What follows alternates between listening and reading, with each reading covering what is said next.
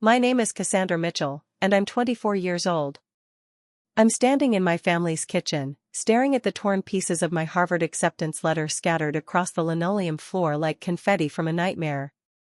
My father Richard just finished screaming about how he refuses to waste another dime on my girl education, his face red with fury as he declared that smart women make terrible wives. My mother Linda stands frozen by the sink, too terrified to speak, while my younger brother Tyler smirks from the doorway. Then I hear my grandfather William's stern voice cutting through the silence from behind me. What exactly did you just do to my granddaughter? Before I dive into this story that changed everything, I'd love to know where you're watching from. Drop your location in the comments below, hit that like button if family drama gets your attention, and don't forget to subscribe because this tale of revenge and justice is just getting started. Trust me, what happens next will shock you. The foundation of my nightmare was built over years of subtle conditioning that I was too young to recognize. Growing up in our suburban Chicago home, I had always been the academic star while my brother Tyler coasted through school with barely passing grades. Every report card was the same story, my straight A's met with lukewarm acknowledgement while Tyler's C- average earned encouragement about boys developing later. I graduated valedictorian from Lincoln High School, delivered the commencement speech to thunderous applause, yet somehow Tyler's acceptance to community college got more celebration at our dinner table than my full scholarship offers from 3 universities. My father Richard worked in construction management, a job he inherited when my grandfather William stepped back from daily operations. Dad carried himself with the swagger of a self-made man, though everyone in our family knew Grandpa built the business from nothing after immigrating from Ireland. Richard had grown up poor, watching his father work 18-hour days to provide opportunities he never had. Somewhere along the way, though, those opportunities became gendered in his mind. Education was an investment in sons, not daughters. Girls were temporary residents in their father's house, destined to become someone else's responsibility through marriage. My mother Linda had been raised in a similar household 3 towns over. She met my father at 19, married at 20, and spent the next 25 years perfecting the art of silent compliance. She had dreamed of becoming a nurse once, but her father convinced her that medical training was too stressful for a woman's delicate constitution. Instead, she worked part-time at a florist shop until Tyler and I came along, then became a full-time homemaker whose opinions grew smaller with each passing year. When I showed her my acceptance letters, she smiled with genuine pride, but it was the kind of smile you give a child who built a sandcastle too close to the incoming tide.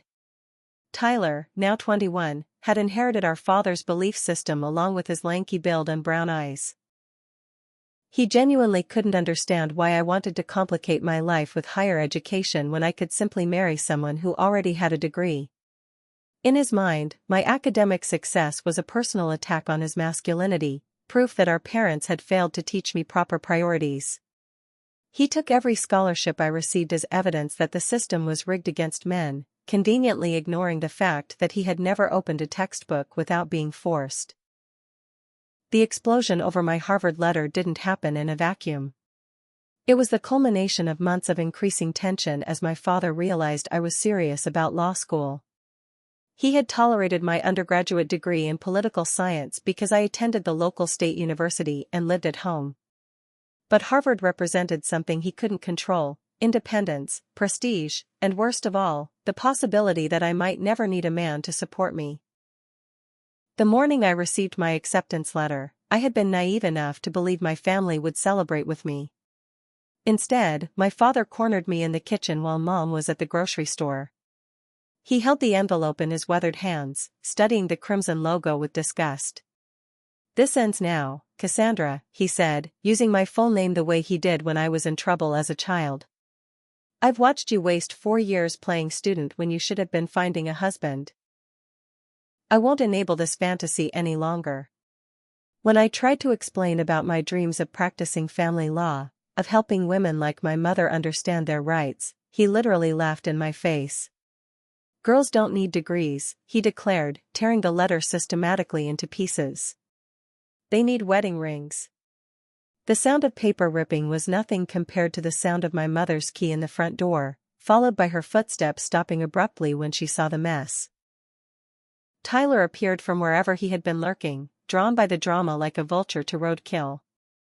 And then, cutting through the toxic silence like a blade, came my grandfather's voice from the back doorway where he had been checking on Mom's vegetable garden.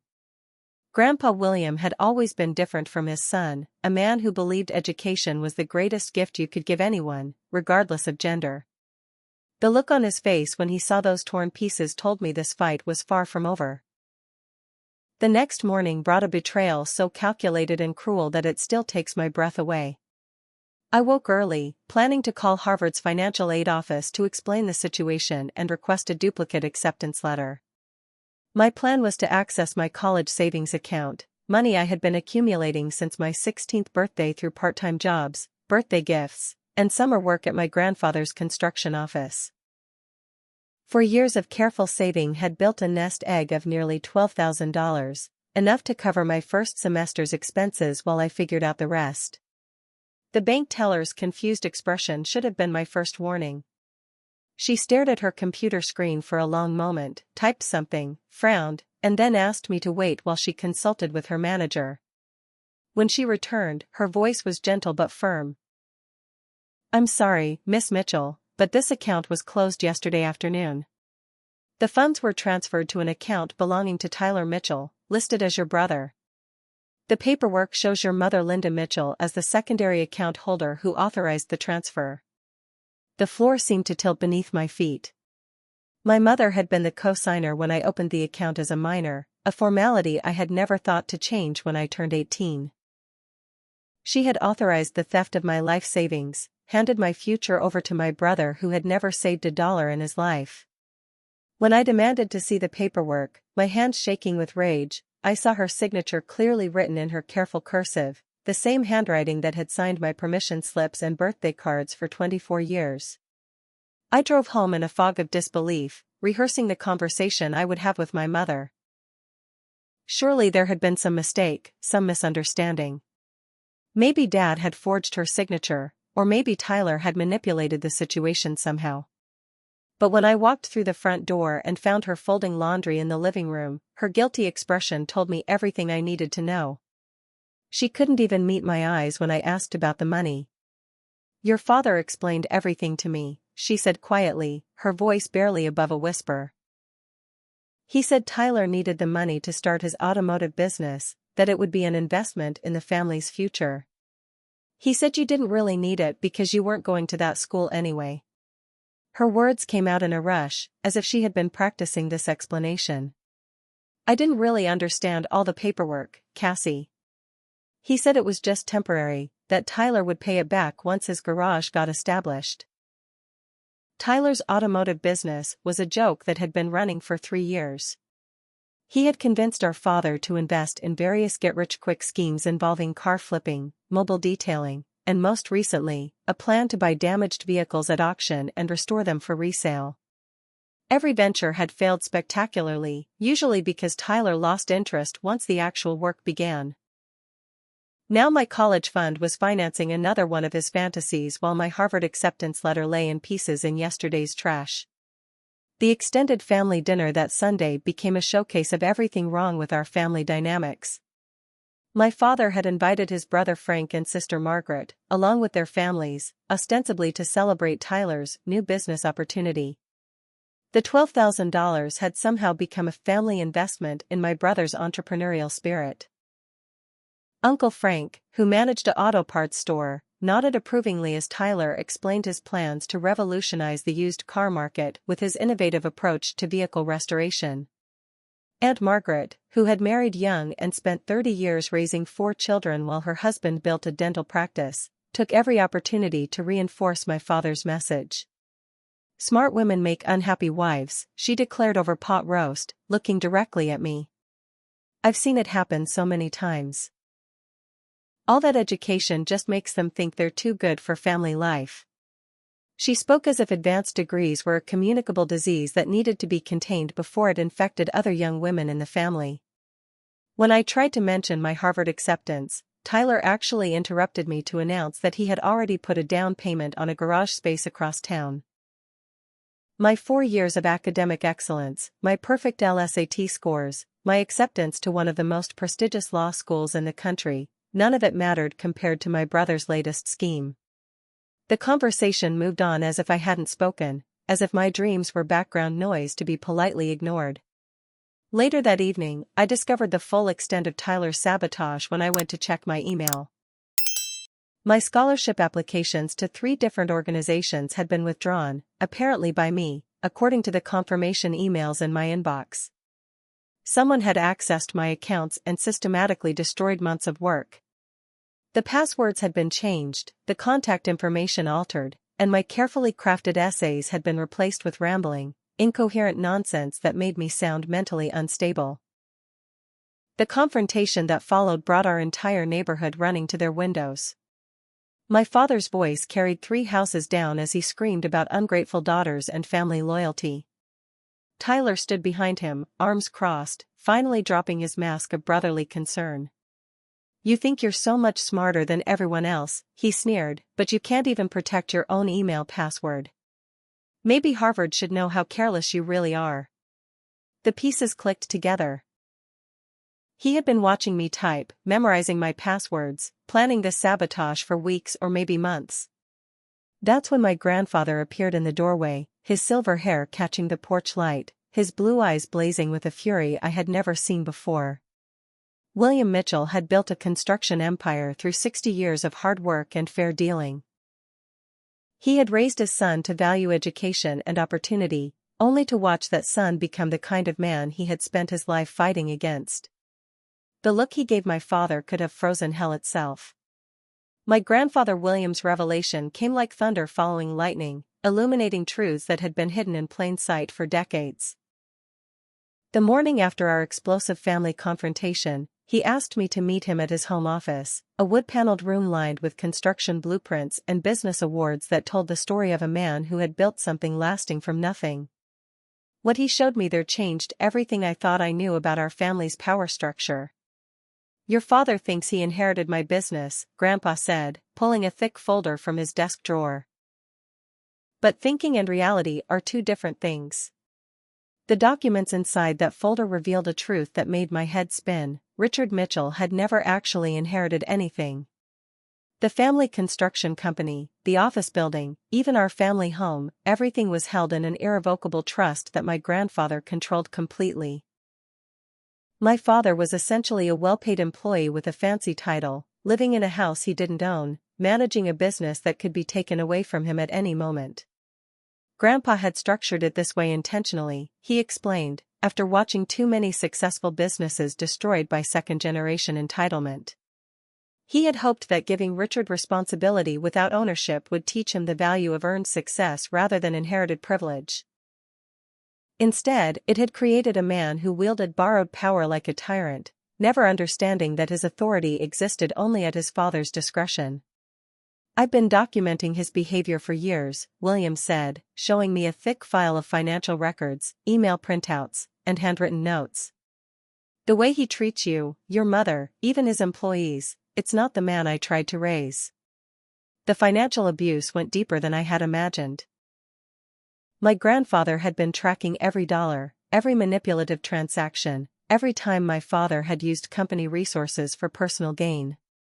Richard had been slowly bleeding money from the business to fund Tyler's failures, charging personal expenses to company accounts, even billing the business for consulting fees that were really just ways to give himself unauthorized raises. All of this was documented, filed, and ready to be presented to authorities if necessary. But William's real trump card was his documentation of my academic achievements.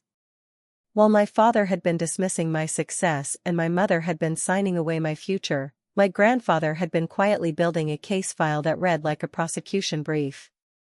Every report card, every award ceremony, every scholarship notification, he had copies of everything. He had even been corresponding with my high school guidance counselor, Mrs. Rodriguez, tracking my college applications and making sure someone in the family understood what I was truly capable of achieving. "I've already contacted Harvard," he said, producing a letter on his personal letterhead. "Explained the situation, requested that they hold your place while we sort out this family emergency." I've also arranged to cover your full tuition, room, and board for all 3 years of law school." The check he showed me was more money than I had ever seen written on a single piece of paper, enough to cover not just Harvard but whatever graduate school I wanted to attend afterward. The moral dilemma he was offering me felt impossible to navigate. Accept his help, and I would be driving a wedge between grandfather and son that might never heal. Refuse it, and I would be sacrificing my dreams to maintain a peace that had already been shattered. But as I sat in that office, surrounded by the evidence of everything my grandfather had built through honest work and fair dealing, I realized that some principles are worth fighting for, even when the fight tears families apart. My father's discovery of our meeting came sooner than expected. That evening, William had been helping my mother plant bulbs in her flower garden, a weekly ritual they had shared since my parents' wedding. When Richard came home from work and saw his father's truck in the driveway, his paranoia kicked into overdrive. He stormed into the backyard, demanding to know what conspiracy was being planned behind his back. The confrontation that followed was 25 years of resentment finally exploding into the open. "You've never respected me," Richard screamed at his father, dirt from the garden flying as he gestured wildly. "Never thought I was good enough to really run the business, never trusted me to make decisions about my own family.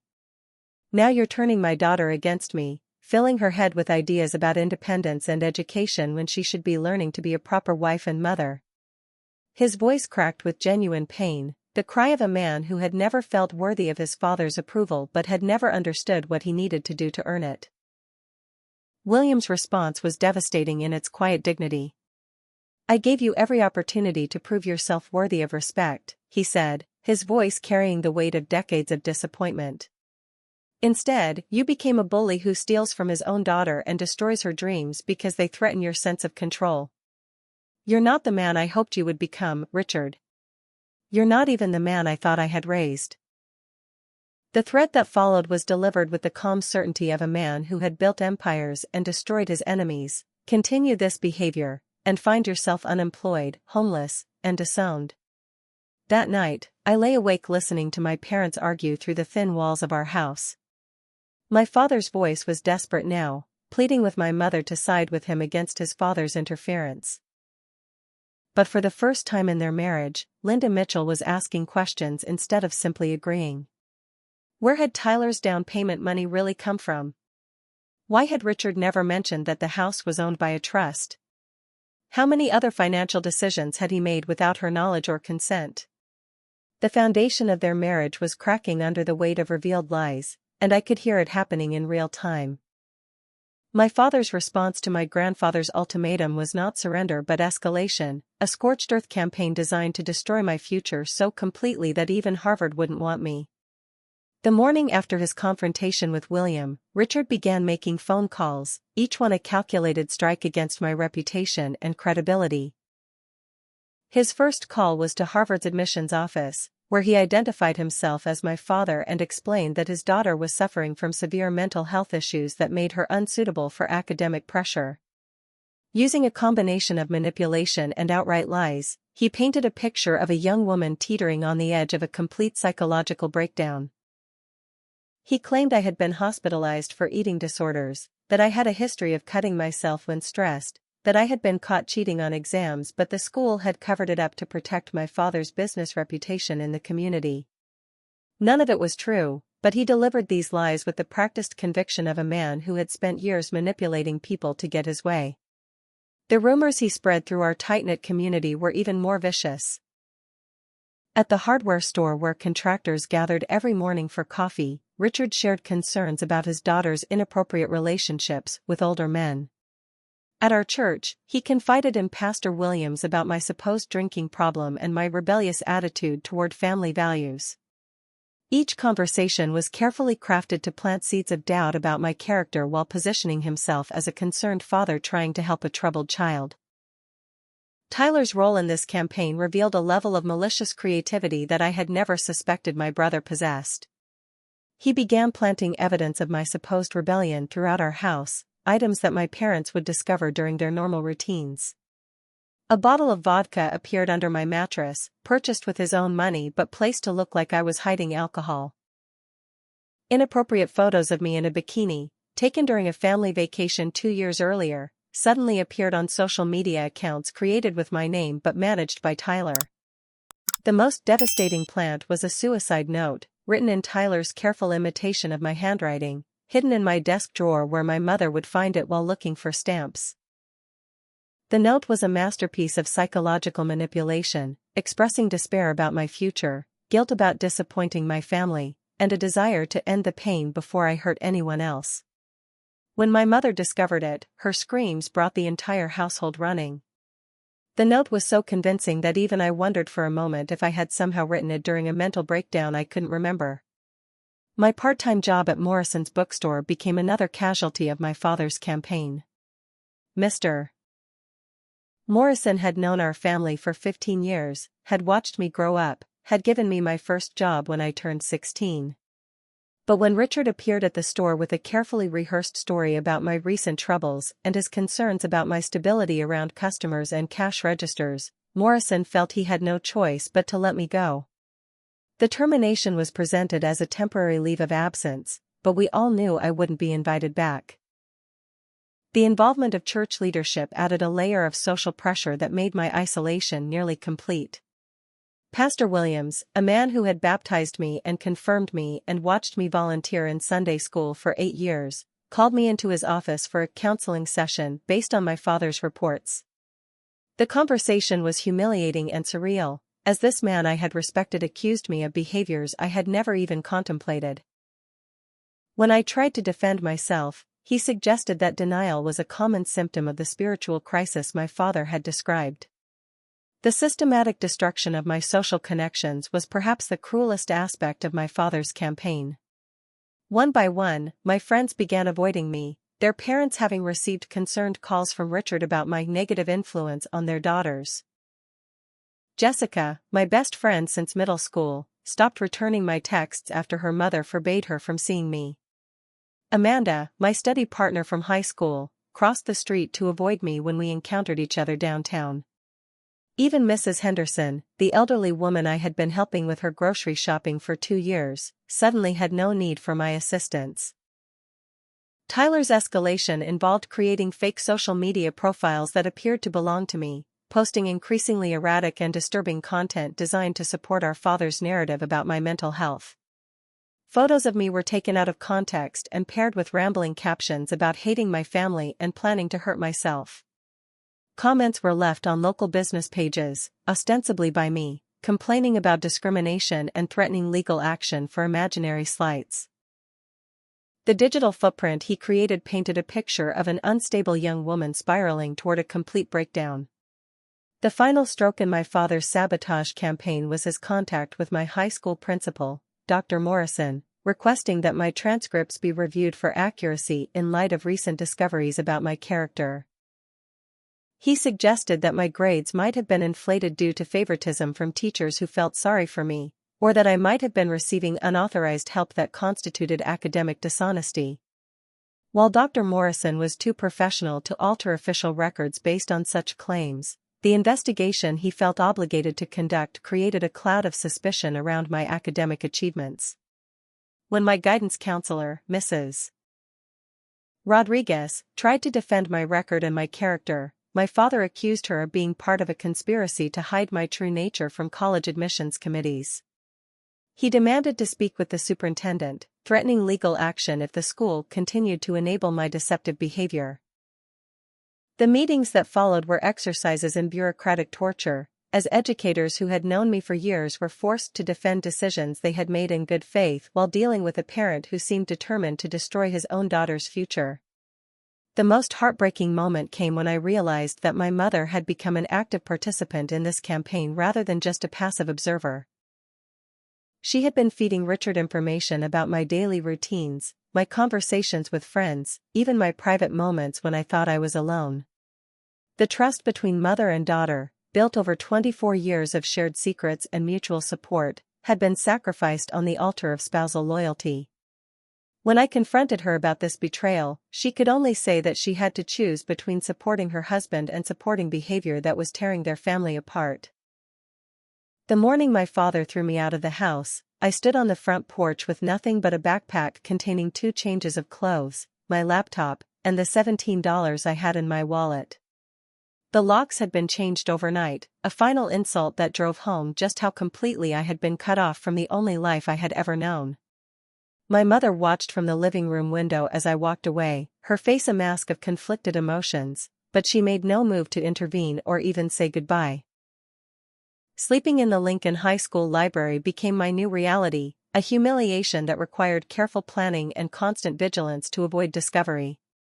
I knew the building's security routines from my years as a student government representative, understood which doors remained unlocked for night custodians and which bathrooms provided the safest refuge during the vulnerable hours between midnight and 6 in the morning. My laptop became my lifeline to the outside world, though I had to be careful about its battery life and rely on the library's charging stations during legitimate study hours. The school gymnasium provided my only access to shower facilities, a resource I could access during the early morning hours when sports teams began their training sessions.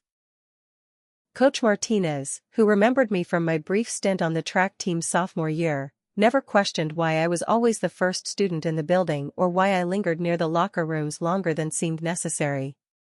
Whether he suspected my situation or simply respected my dedication to early morning workouts, his deliberate blindness to my presence became a small mercy in an otherwise impossible situation. Mrs. Rodriguez, my guidance counselor, became the first adult to see through my father's carefully constructed narrative and recognize the truth of my situation. She had been watching the systematic destruction of my reputation with growing suspicion, noting the inconsistencies between the stories Richard was telling and the students she had known for 4 years. When she found me crying in an empty classroom after discovering that my final scholarship application had been sabotaged, she closed the door and demanded the whole truth.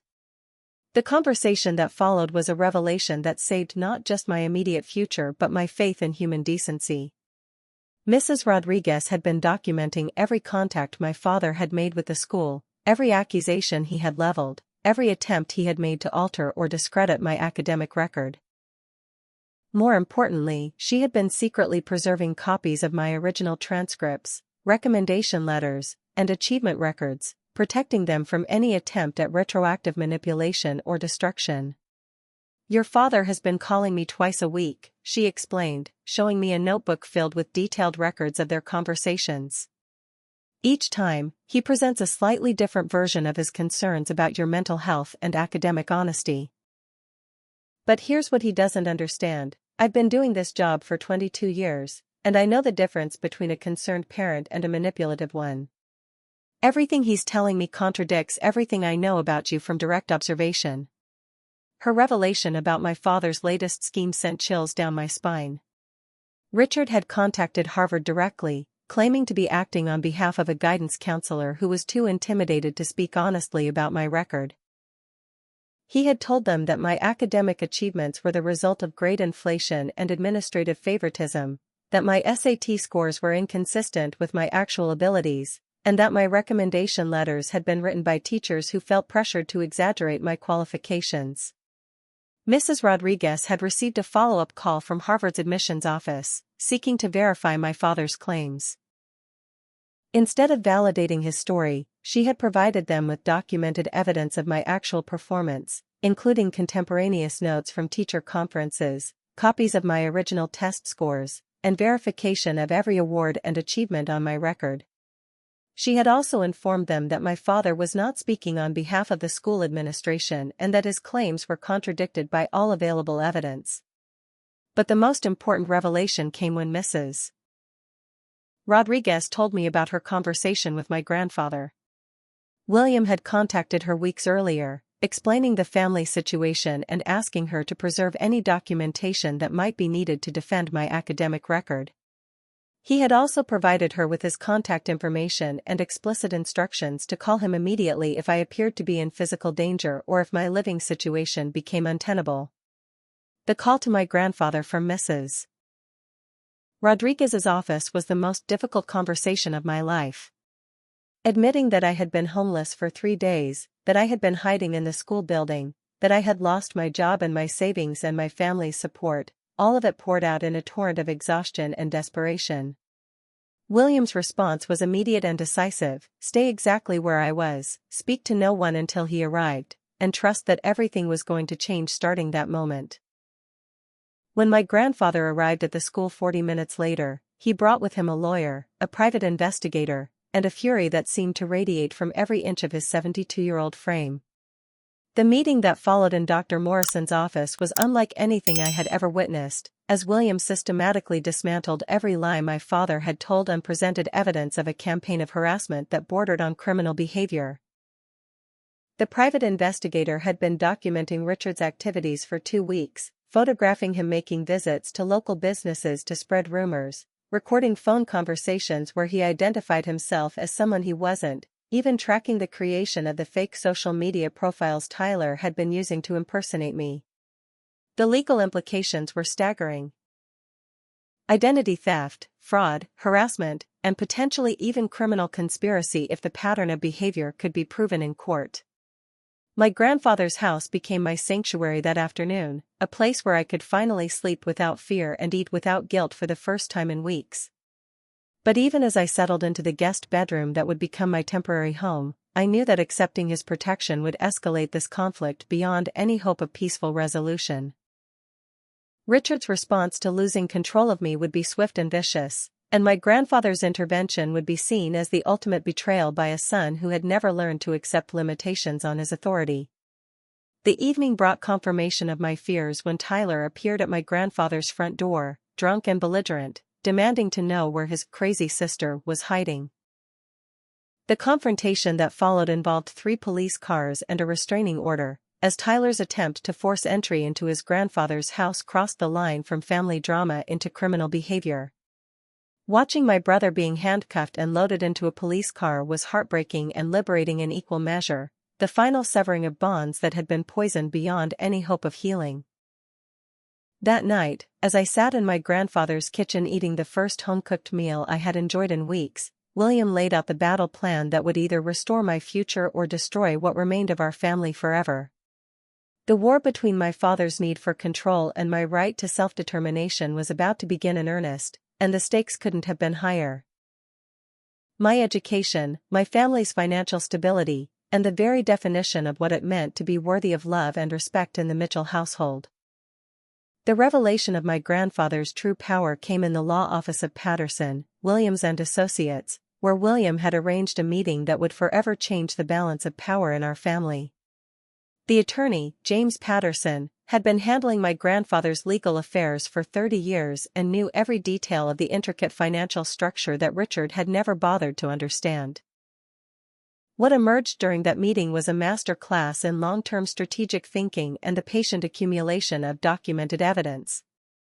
Your father has been operating under a fundamental misunderstanding for the past 15 years, Mr. Patterson explained, spreading documents across the conference table like a prosecutor preparing for trial.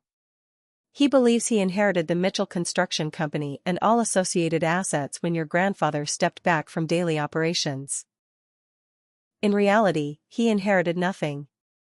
Everything is held in an irrevocable trust that your grandfather controls completely, with management responsibilities delegated to Richard at will. The business structure William had created was elegant in its simplicity and devastating in its implications. Richard was essentially a high-paid employee with decision-making authority that could be revoked at any moment. The family home, the company vehicles, even the credit cards my father used for business expenses, all of it belonged to the trust and could be withdrawn if the trustee deemed the manager's behavior detrimental to the organization's interests. My father had been wielding borrowed power for so long that he had forgotten it wasn't actually his.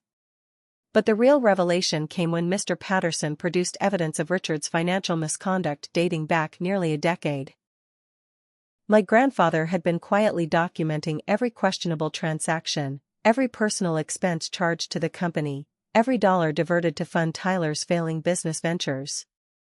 The pattern of embezzlement was so clear and well documented that criminal charges wouldn't just be possible, they would be inevitable if the evidence was presented to authorities. The amounts involved were staggering. Over 8 years, Richard had stolen nearly $80,000 from the company through various schemes, fake consulting fees paid to shell companies he controlled, personal vacations charged as business trips, equipment purchases that were immediately sold for personal profit, and direct cash withdrawals authorized by forged signatures. Tyler's automotive ventures had been funded entirely through embezzled money, making him a potential co-conspirator in multiple felonies. Learning business law from my grandfather's attorney became my crash course in understanding the weapons available in our upcoming confrontation. Mr. Patterson walked me through concepts of fiduciary duty, constructive fraud, and criminal conspiracy, explaining how my father's behavior had crossed legal lines that most people didn't even know existed. The distinction between civil and criminal liability became crucial as we planned our strategy for the family intervention that was now inevitable. The pattern of Tyler's involvement in covering up the missing funds revealed a level of sophistication that surprised even the attorneys. He had been falsifying invoices, creating fake purchase orders, and maintaining parallel sets of books that showed equipment and materials that had never actually been delivered. His community college business classes had apparently taught him just enough about accounting to be dangerous, providing him with the skills to help his father steal more effectively. My grandfather's attorney had also been collecting evidence of the harassment campaign my father had been conducting against me. Every phone call to Harvard, every conversation with community members, every attempt to sabotage my academic record had been documented through a combination of private investigation and careful legal preparation. The pattern of behavior constituted harassment under state law, and the involvement of false statements about my mental health potentially elevated some of the charges to criminal fraud. The most shocking discovery was that my father had been using company resources to fund his campaign against me. The private investigator he thought he had hired to keep an eye on my activities had actually been reporting back to my grandfather. The fake social media profiles Tyler had created were traceable to company computers and internet connections, making their creation a form of identity theft committed using stolen business resources. Business partners who had worked with Mitchell Construction for decades were already asking questions about the company's financial irregularities. Several had noticed that billing statements didn't match delivered materials, that project timelines were extending without explanation, and that quality control had declined as attention was diverted to family drama. The reputation that my grandfather had built over 40 years of honest dealing was being destroyed by a son who prioritized personal control over professional integrity. The family intervention was scheduled for the following Friday, a meeting that would force Richard and Tyler to confront the mountain of evidence against them in the presence of legal counsel and law enforcement officials. My grandfather had arranged for Detective Morrison from the Financial Crimes Unit to attend, along with representatives from the district attorney's office who were prepared to discuss plea arrangements if cooperation was forthcoming. The strategic brilliance of my grandfather's approach became clear as Mr. Patterson outlined the various pressure points that would be applied during the intervention. Richard would be forced to choose between accepting responsibility for his behavior and facing criminal prosecution that would destroy not just his freedom but any hope of financial recovery. Tyler would be offered the opportunity to cooperate in exchange for reduced charges, creating an incentive for him to provide evidence against his father. My role in the upcoming confrontation was carefully planned to maximize psychological impact while minimizing legal risk. I would be present not as an accuser but as a witness to the consequences of their choices, a living reminder of what they had tried to destroy and what they stood to lose if they continued their current path. The Harvard acceptance letter that my father had torn apart would be presented alongside the new letter of admission that my grandfather had secured, showing the futility of trying to destroy opportunities that were backed by real power and genuine merit. The evening before the intervention, my grandfather and I sat in his study reviewing the documents that would determine our family's future. The weight of what we were about to do was enormous. We were essentially declaring war against people we loved, using legal weapons that could destroy their lives permanently. But as William reminded me, some battles are worth fighting not because they're easy but because losing them means accepting that bullies and thieves should be rewarded for their cruelty and dishonesty. The final piece of preparation was emotional rather than legal. My grandfather helped me understand that what we were doing wasn't revenge but justice, not punishment but natural consequences for choices that had been made freely by adults who understood the difference between right and wrong. Richard and Tyler had created this situation through years of deliberate misconduct. We were simply refusing to enable their behavior any longer by keeping silent about crimes that were harming innocent people. The family intervention took place in the conference room of Patterson, Williams and Associates at 9 o'clock on a cold Friday morning in November, with gray clouds pressing against the windows like witnesses to our family's final reckoning. Richard arrived believing he had been summoned to discuss my grandfather's retirement planning, while Tyler thought he was there to sign paperwork related to his automotive business loan. Neither of them expected to walk into a room containing two attorneys, a detective from the Financial Crimes Unit, and a district attorney's representative armed with enough evidence to destroy their lives. My father's face went through a fascinating progression of emotions as the scope of the meeting became clear. First, confusion, as he saw the assembled legal team and tried to understand why so many officials were present for what he thought was a family financial discussion. Then denial, as Mr. Patterson began presenting evidence of embezzlement and harassment that Richard attempted to dismiss as misunderstandings or bookkeeping errors. Finally, desperate anger, as he realized that his father had been building a criminal case against him for years while maintaining the pretense of trust and family loyalty. Tyler's breakdown was immediate and spectacular. Confronted with bank records showing that his business ventures had been funded entirely through embezzled money, faced with evidence that his social media harassment campaign had been traced to company computers, and informed that his attempts to alter my academic records constituted multiple felonies, my brother collapsed into sobbing confessions that implicated our father in crimes that went far beyond what anyone had suspected. The detective's presentation of evidence was methodical and devastating. 8 years of financial misconduct, documented through bank records, forged invoices, and testimony from business partners who had been defrauded along with the company. Tyler's admission that he had been maintaining false accounting records to hide his father's theft provided the final piece of a criminal conspiracy that could result in decades of prison time for both men. Richard's desperate attempts to blame others for his situation revealed the full extent of his moral bankruptcy. He accused his bookkeeper of embezzling money that he had actually stolen himself, claimed that Tyler had been acting without his knowledge despite clear evidence of their collaboration, and even suggested that my grandfather had manipulated the evidence to frame him because of their disagreement about my education. Each lie was immediately contradicted by documentary evidence that had been meticulously preserved and organized for exactly this moment. The most pathetic moment came when my father turned to me with tears in his eyes and begged me to tell the authorities that our family conflict was just a misunderstanding that had gotten out of hand. He promised to support my Harvard education, to restore my stolen savings, to do whatever I wanted if I would just help him avoid the consequences of his choices. The man who had spent months systematically destroying my reputation and my future was now pleading with me to save him from the results of his own criminal behavior.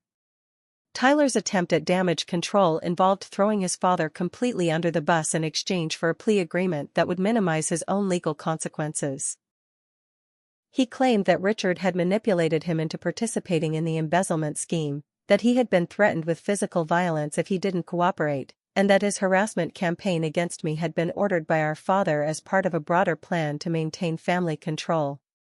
Some of his claims were true, but his willingness to sacrifice his father's freedom to save his own skin revealed the hollow nature of their supposed family loyalty. Business partners who had worked with Mitchell Construction for decades were called in to provide testimony about the company's declining performance and their growing concerns about financial irregularities.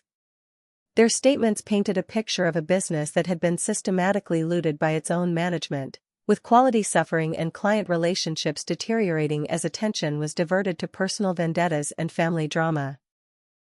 The police involvement escalated when Detective Morrison presented evidence that Tyler's harassment campaign against me had included identity theft, cyberstalking, and creation of false documents that were intended to damage my mental health and academic prospects. What had started as family dysfunction had crossed into criminal territory that posed genuine risks to public safety, making prosecution a matter of community protection rather than personal revenge.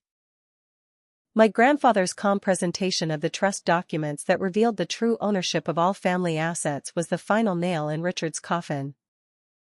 Faced with immediate eviction from a house he had never actually owned, termination from a job that had always been at his father's discretion, and cancellation of credit cards and bank accounts that belonged to a business he had been systematically robbing, Richard finally understood that his power had always been an illusion maintained by his father's goodwill.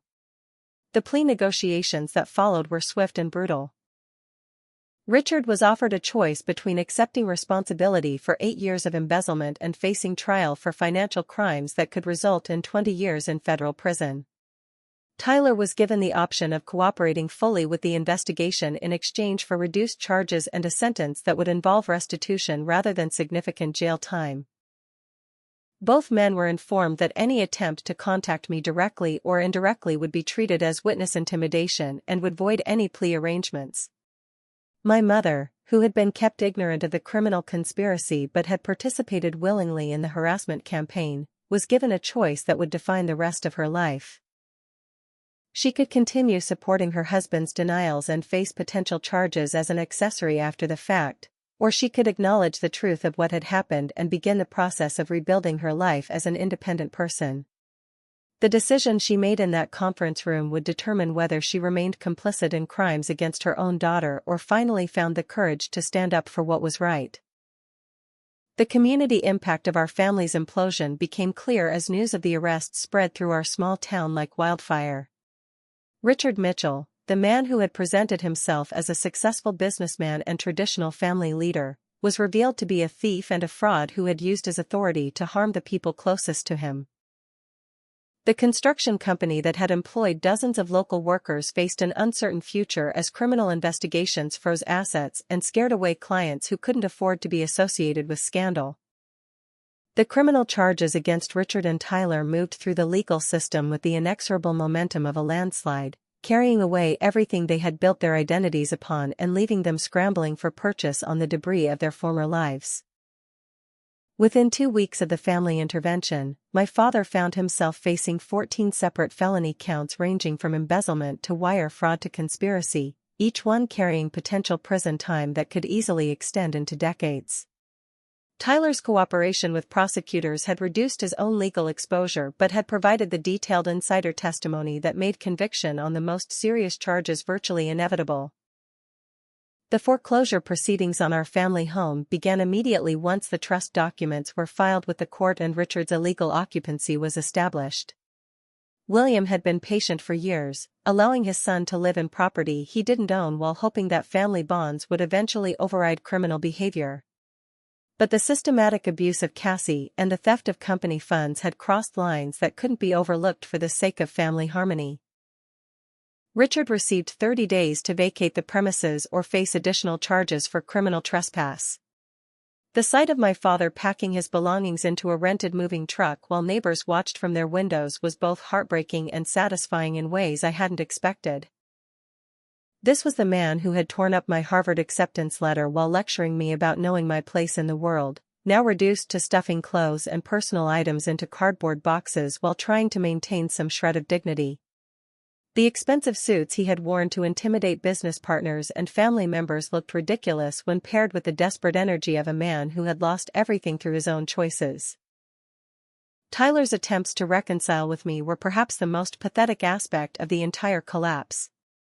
He called repeatedly, texted constantly, and even showed up at my grandfather's house claiming that he had been trying to protect me from our father's worst impulses all along.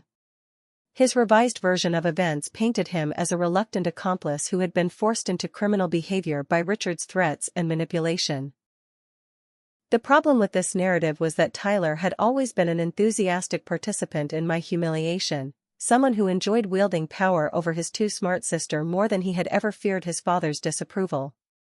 My Harvard acceptance was formally reinstated with a personal phone call from the admissions office, followed by a letter of apology for any confusion caused by the family emergency that had temporarily complicated my enrollment status. Mrs. Rodriguez provided updated recommendation letters that addressed the harassment campaign directly, explaining how my academic achievements had been accomplished despite systematic sabotage by family members who were now facing criminal prosecution for their behavior. The strength and resilience I had shown during months of abuse became selling points rather than weaknesses in my application narrative. The recommendation letters themselves were masterpieces of professional diplomacy and righteous anger. Mrs. Rodriguez wrote about a student who had maintained perfect grades while homeless, who had continued pursuing academic excellence while her own family was actively working to destroy her future. Mr. Patterson provided a character reference that detailed the harassment campaign from a legal perspective, showing how I had conducted myself with dignity and grace while under attack from people who should have been my strongest supporters. My mother's decision to file for divorce shocked everyone who knew our family, including Linda herself. For 25 years, she had been the perfect traditional wife, deferring to her husband's judgment, supporting his decisions, and maintaining the household harmony that he demanded. But watching her husband try to destroy their daughter's future while stealing money to fund their son's fantasies had finally broken through decades of conditioning about wifely obedience and family loyalty. The divorce proceedings revealed additional financial misconduct that hadn't been discovered during the criminal investigation. Richard had been hiding money in secret accounts, purchasing expensive items that he had hidden from his family, and even taking out loans against property he didn't actually own. Linda's attorney painted a picture of a woman who had been systematically deceived about her family's financial situation while her husband committed crimes that put her at legal risk for conspiracy and tax evasion. Tyler's final desperate sabotage attempt was so poorly planned that it actually strengthened our legal position while demonstrating that he had learned nothing from his arrest and prosecution. Using a friend's computer to avoid detection, he created new fake social media profiles designed to make me look unstable and vindictive, posting rants about my family that were intended to make me appear mentally ill. Unfortunately for Tyler, the friend was more loyal to justice than to misguided friendship and immediately reported the attempt to authorities. The violation of his plea agreement resulted in Tyler's immediate arrest and the restoration of all original charges against him. His cooperation agreement was voided, his reduced sentence was revoked, and he found himself facing the same prison time that had originally been threatened before he agreed to testify against our father. The judge who handled the violation hearing was particularly harsh, noting that Tyler's continued criminal behavior while on bail demonstrated a complete lack of remorse or understanding of the seriousness of his crimes. Richard's courtroom breakdown during his sentencing hearing was simultaneously tragic and satisfying. Faced with 12 years in federal prison for financial crimes that had netted him less than $100,000 over 8 years, he finally began to understand the magnitude of what he had lost through his need to control his daughter's future. His rambling statement to the court blamed everyone except himself. His father for being too controlling, his wife for being too weak, his son for being too easily influenced, and me for being too ambitious and independent. The business partners who had trusted Mitchell Construction for decades provided victim impact statements that revealed the full scope of Richard's betrayal. Projects had been delayed because materials were never delivered, quality had suffered because attention was diverted to family drama, and the company's reputation had been destroyed by association with criminal behavior. Several small contractors who had depended on Mitchell Construction for steady work faced bankruptcy because of projects that had been mismanaged while Richard was focused on sabotaging his daughter's education.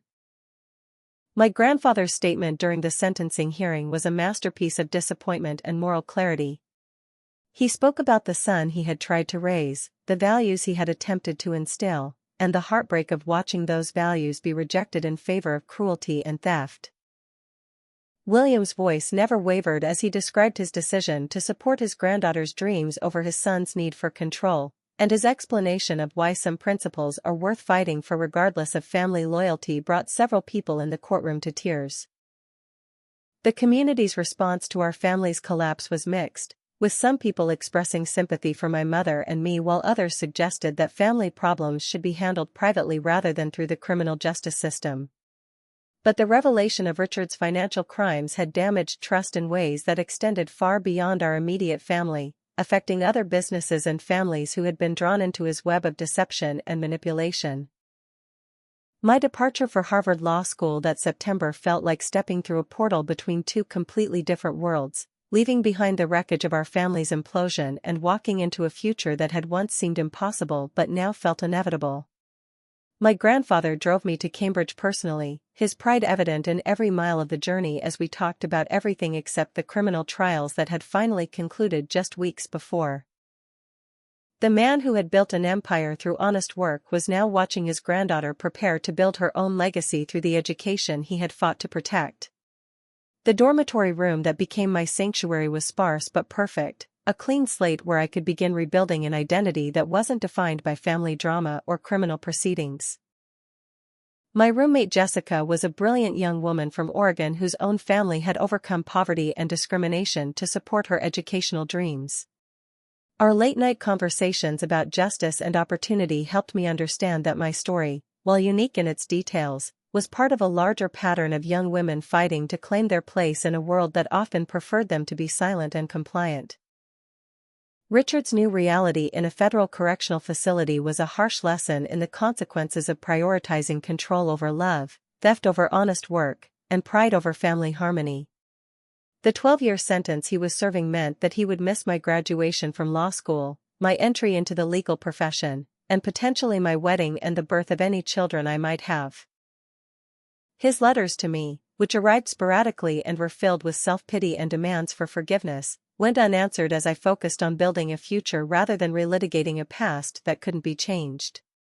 Tyler's shorter sentence and earlier release led to a minimum-wage job at an auto parts store, a position that required him to be helpful and respectful to customers who often knew more about automotive systems than he did. The community service component of his sentence involved working with organizations that helped young people develop job skills and educational opportunities, a requirement that forced him to confront daily the value of the opportunities he had tried to destroy for his sister. Whether this experience taught him genuine humility or simply better concealed resentment remained to be seen. My mother's transformation during her first year of independence was remarkable to witness. Linda Mitchell, who had spent 25 years deferring to her husband's judgment about everything from finances to friendships, began making decisions about her life with increasing confidence and clarity. She returned to school to complete the nursing degree she had abandoned when she got married, discovering that her natural compassion and attention to detail made her exceptionally suited for medical work. The relationship between my mother and me required careful reconstruction after years of betrayal and complicated loyalty. Trust had to be rebuilt slowly through consistent actions rather than apologetic words, as Linda proved through behavior rather than promises that she was committed to supporting her daughter's dreams instead of enabling her husband's control. Our weekly phone calls gradually evolved from stilted conversations about school and weather into genuine discussions about books and ideas and the future we both wanted to build. My grandfather's health scare during my second year of law school brought our family together in ways that even criminal trials hadn't achieved. When William suffered a mild heart attack that required emergency surgery, the hospital waiting room became neutral ground where complicated emotions could be set aside in favor of shared concern for the patriarch who had sacrificed so much to protect what mattered most. Even Tyler, released early for good behavior, appeared at the hospital to maintain vigil alongside family members who barely spoke to him. The conversation with my grandfather during his recovery revealed wisdom that could only come from a man who had built something lasting and then watched his own son try to destroy it through selfishness and pride. William spoke about forgiveness not as an obligation owed to people who had caused harm but as a gift we give ourselves when carrying anger becomes more burdensome than letting go. His advice about success being the best revenge transformed into a deeper understanding that success without bitterness was the best life. My father's first letter requesting reconciliation arrived during my final semester of law school, timed to coincide with my approaching graduation and bar exam. The lengthy apology contained all the right words about accepting responsibility and understanding the harm he had caused, but it also included subtle requests for financial assistance and hints that family loyalty should eventually override legal consequences. My response was brief and clear. I wished him well in his rehabilitation but had no interest in resuming a relationship built on manipulation and control. The community that had once whispered about my family's problems gradually began to celebrate the positive outcomes that had emerged from our crisis. My academic success at Harvard became a source of local pride, proof that their small town could produce graduates capable of succeeding at the highest levels. Mrs. Rodriguez spoke about my achievements at school board meetings and educational conferences, using my story to advocate for stronger support systems for students facing family opposition to their educational goals. My law school graduation ceremony was attended by the people who had truly supported my journey: my grandfather, my mother, Mrs. Rodriguez, and Mr. Patterson, whose legal expertise had made justice possible. The empty chair where my father should have been sitting was a reminder of choices made and consequences accepted, but it was surrounded by people whose love was genuine rather than conditional, supportive rather than controlling. The job offer from a prestigious family law firm in Boston felt like the perfect culmination of my academic journey and the beginning of my professional mission. Specializing in cases involving domestic violence, financial abuse, and educational discrimination would allow me to help other families navigate crises similar to what we had experienced, using legal tools to protect vulnerable family members from those who prioritized power over love. The final conversation with my grandfather before beginning my career was held in the same study where he had first shown me the documents that revealed my father's true powerlessness and my own potential strength. William's advice was simple but profound: success without compassion becomes cruelty, justice without mercy becomes revenge, and education without wisdom becomes mere cleverness. The goal wasn't to become the kind of person who could dominate others but to become the kind of person who used strength to protect those who couldn't protect themselves. Looking back on the journey from that kitchen floor covered with torn acceptance letter pieces to the courtroom where I would soon be defending other people's rights, I realized that my father's attempt to control my future had ultimately freed me from any obligation to seek his approval for my choices. The education he had tried to deny me became the foundation for a career dedicated to preventing other families from being destroyed by fear and prejudice. Sometimes the greatest gift our enemies give us is the motivation to prove them wrong, not through revenge but through living well. The letter I finally wrote to my father 5 years after his sentencing wasn't an offer of reconciliation but a report on the life he had tried to prevent me from living.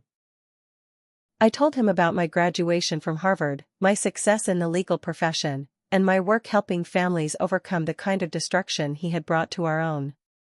I thanked him for teaching me through negative example the importance of supporting rather than controlling the people we claim to love. And I wished him well in finding peace with the choices he had made and the opportunities he had lost through his need to diminish others in order to feel powerful himself. Thank you for watching, ****. What's your take on this story? Do you think families should support each other unconditionally, or are there lines that shouldn't be crossed even by parents? Have you ever had to choose between family loyalty and your own dreams? Drop your thoughts in the comments below. I read every single one and love hearing your perspectives on these complex family dynamics. If this story resonated with you, please give it a like to help others find it, and don't forget to subscribe for more real stories about overcoming family obstacles and finding your own path in life. Share this video with someone who might need to hear that their education and dreams are worth fighting for, no matter who tries to stand in their way. Remember, your worth isn't determined by other people's approval, even when those people are family. Sometimes the greatest act of love is refusing to enable someone else's destructive behavior. Thanks for joining me on this journey, and I'll see you in the next story. Until then, keep believing in yourself and never let anyone convince you that your dreams are too big or your ambitions are inappropriate. You deserve every opportunity you're brave enough to pursue.